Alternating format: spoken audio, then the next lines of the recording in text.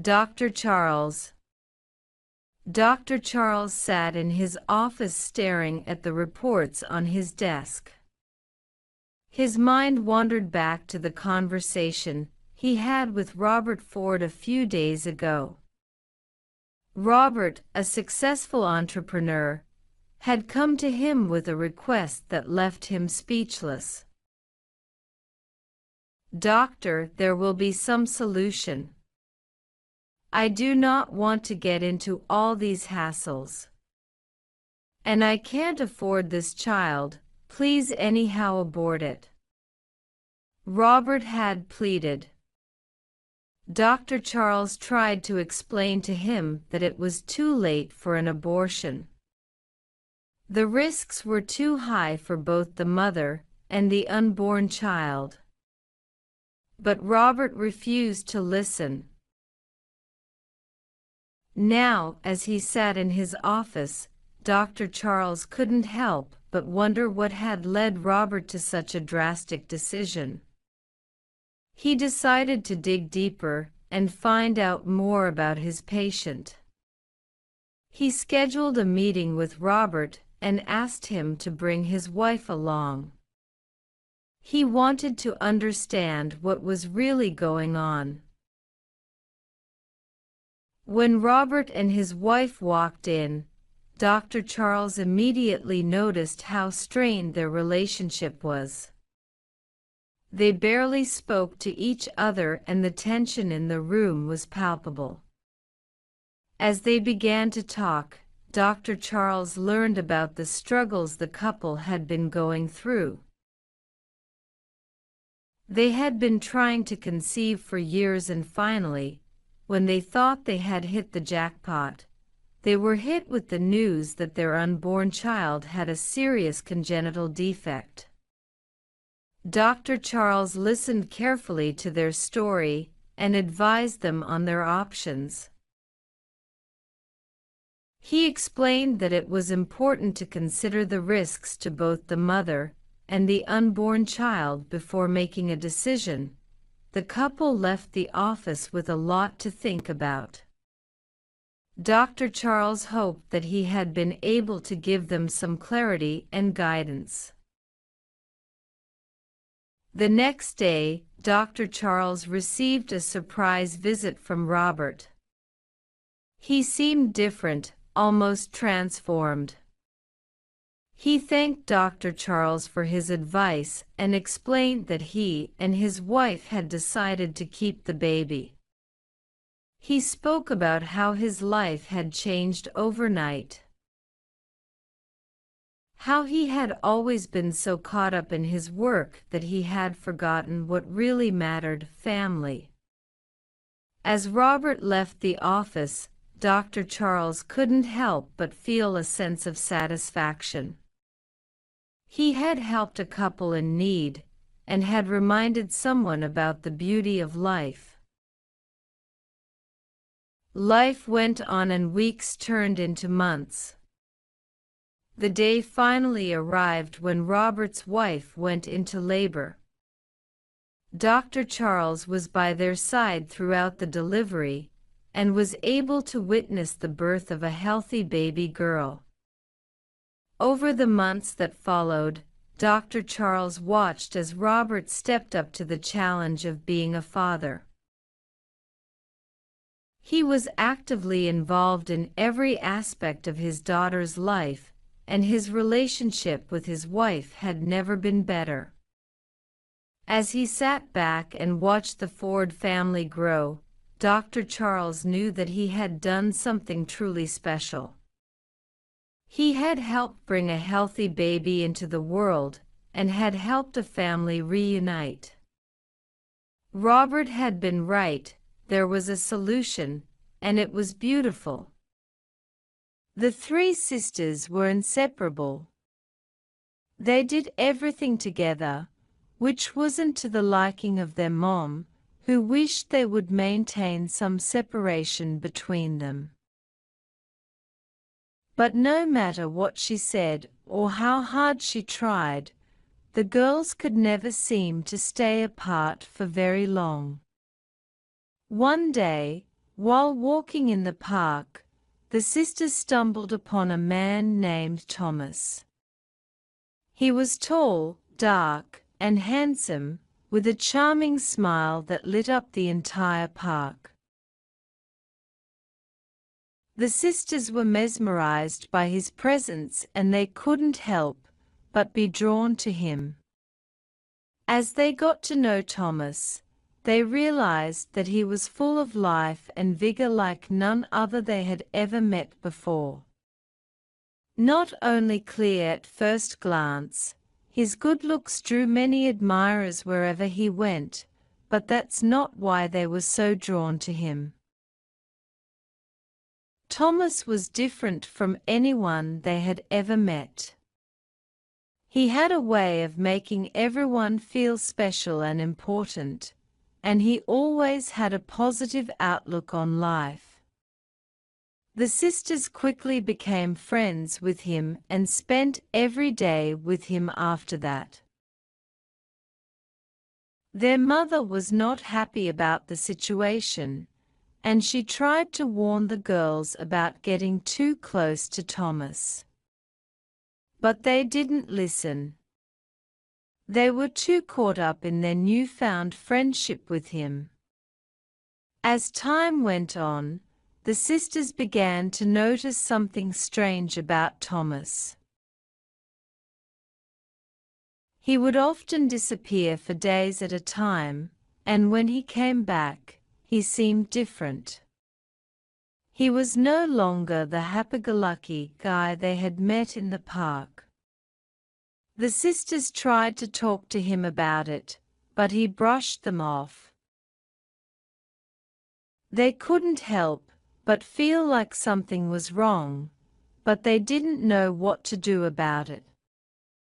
One day, Thomas came to the sisters' house, looking frazzled and scared. He told them that he was in trouble and that he needed their help. He wouldn't give them any details, but he begged them to trust him. The sisters, not wanting to abandon their friend, agreed to help him. They followed him to a run-down warehouse on the outskirts of town, where they found themselves in the middle of a dangerous situation. Thomas had gotten involved with some shady characters, and now he was in over his head. The sisters found themselves caught in the middle of a drug deal gone wrong, and they realized that their lives were in danger. With no way out, the sisters had to rely on their wits and their friendship with Thomas to get them out of the situation alive. They managed to escape unharmed, but their lives would never be the same. As they walked away from the warehouse, the sisters couldn't help but wonder what would have happened if they hadn't met Thomas that day in the park. They realized that even the most innocent of friendships can lead to danger, and they promised each other that they would always stick together, no matter what. Once upon a time, Jenny noticed a man staring at her. Emily looked over to where Jenny was looking and saw the man she was referring to. He was tall and muscular, with deep-set, piercing blue eyes that seemed to be locked onto Jenny's. "Maybe he recognizes you from somewhere, Jenny," Emily suggested, trying to put a positive spin on the situation. But Jenny shook her head. "I don't think so.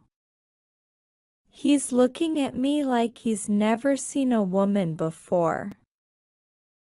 Emily frowned, unsure of what to do. But just as she was about to suggest they move to another table, the man stood up and made his way over to them. "Excuse me," he said, his voice deep and rich.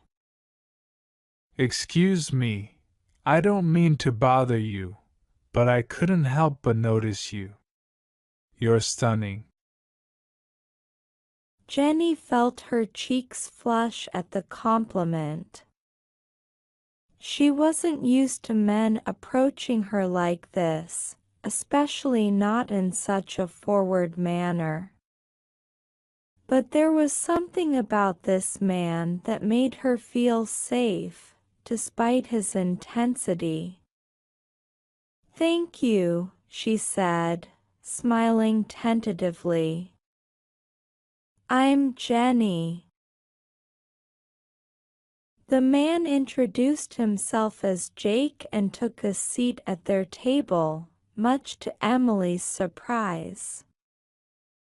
But as they started talking, Emily couldn't help but feel like there was something off about Jake. He seemed almost too perfect, too intense. They ordered more food and continued talking, with Jake asking questions about Jenny's life and interests. But each time Emily tried to engage in the conversation, Jake seemed to brush her off. It was like he only had eyes for Jenny. As they finished their meal, Jake asked Jenny if she would like to go for a walk with him. Emily balked at the idea, but Jenny seemed intrigued. "Sure," she said, standing up from the table. "It's a beautiful day out." Emily watched as they walked out of the restaurant, feeling a knot of unease in her stomach. Something about Jake just didn't sit right with her. As Jenny and Jake walked down the street, Jenny felt a sense of excitement mixed with apprehension. Jake was unlike anyone she had ever met before. There was something intense and dangerous about him, but it was also thrilling.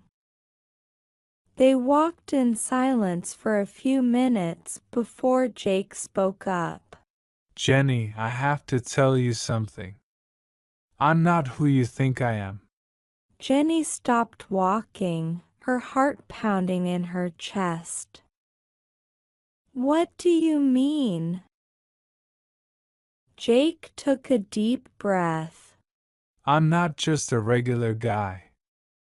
I have abilities that most people don't possess. Jenny's eyes widened in shock. "What kind of abilities?"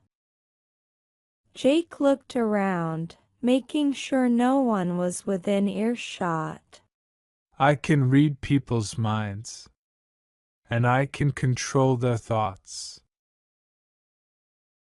Jenny felt a chill run down her spine. This was not what she had expected from their walk. "But don't worry," Jake said, sensing her fear. I won't hurt you. I just wanted to be honest with you. Jenny didn't know what to say. She had never believed in things like mind reading or mind control. But here was a man who claimed to possess those abilities. As they continued walking, Jake began to show Jenny some of his abilities. He read the thoughts of passerby and even controlled the actions of a bird in the sky. Jenny was fascinated, but also deeply disturbed. She couldn't imagine what it would be like to be in Jake's position, constantly hearing the thoughts of others and having the power to manipulate them. As they walked back to the restaurant, Jenny knew that her life would never be the same again. She had met a man unlike anyone she had ever known before, and he had shown her a world that she had never even considered existed. But as she said goodbye to Jake and walked away, she knew that there was something about him that she couldn't quite put her finger on. Something that made her feel uneasy, almost afraid. She couldn't shake the feeling that Jake was not the kind of man she wanted to get involved with. Not now, not ever. Thank you for watching. Please like, share, subscribe for more videos, press the bell icon and select all to get notifications.